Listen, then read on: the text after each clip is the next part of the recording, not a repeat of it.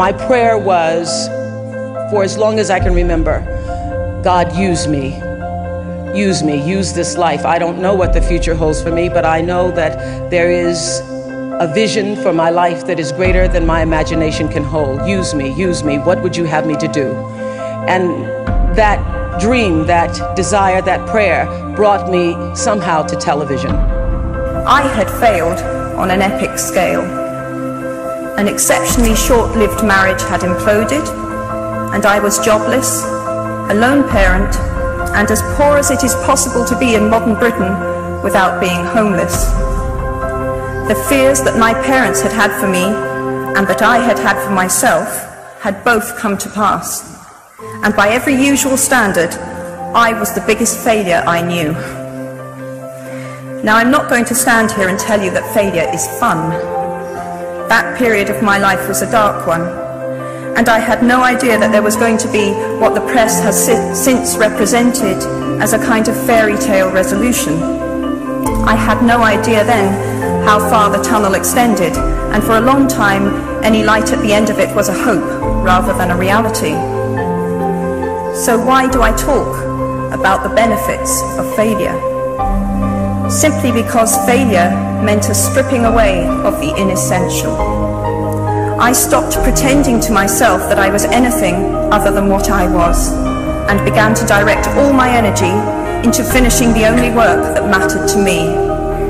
Had I really succeeded at anything else, I might never have found the determination to succeed in the one arena where I believed I truly belonged.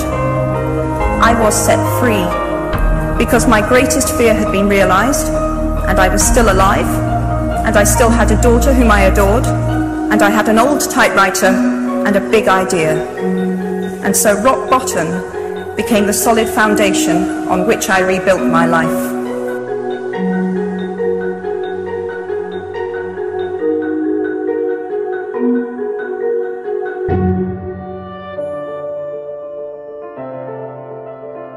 If I should have a daughter, she's gonna learn that this life will hit you hard, in the face, wait for you to get back up just so it can kick you in the stomach. But getting the wind knocked out of you is the only way to remind your lungs how much they like the taste of air. There is hurt here that cannot be fixed by band-aids or poetry. So the first time she realizes that Wonder Woman isn't coming, I'll make sure she knows she doesn't have to wear the cape all by herself. Because no matter how wide you stretch your fingers, your hands will always be too small to catch all the pain you want to heal. I want her to look at the world through the underside of a glass-bottom boat, to look through a microscope at the galaxies that exist on the pinpoint of a human mind, because there'll be days like this. I believe that you have to be frustrated in where you are at the moment, whether it's financially, whether it's with your life, whether it's whatever part of you, you have to be frustrated because you won't move until it hurts enough that you have to. I think that what we have to hold on to is the value of what we're doing and why we're doing it, and the struggle that we are in and that we continue to be in and will remain to be in. We do that because it challenges us.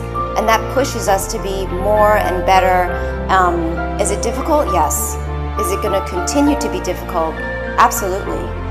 And if we didn't have that, we would not be able to achieve the things, that we do, even if they're small steps.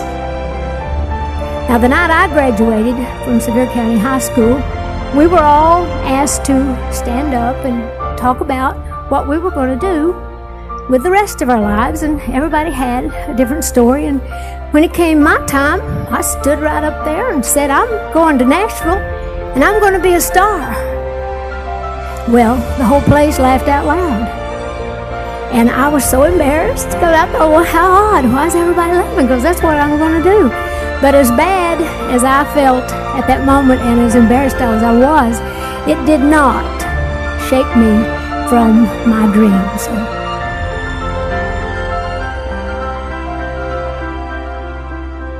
Why are you where you are in your life?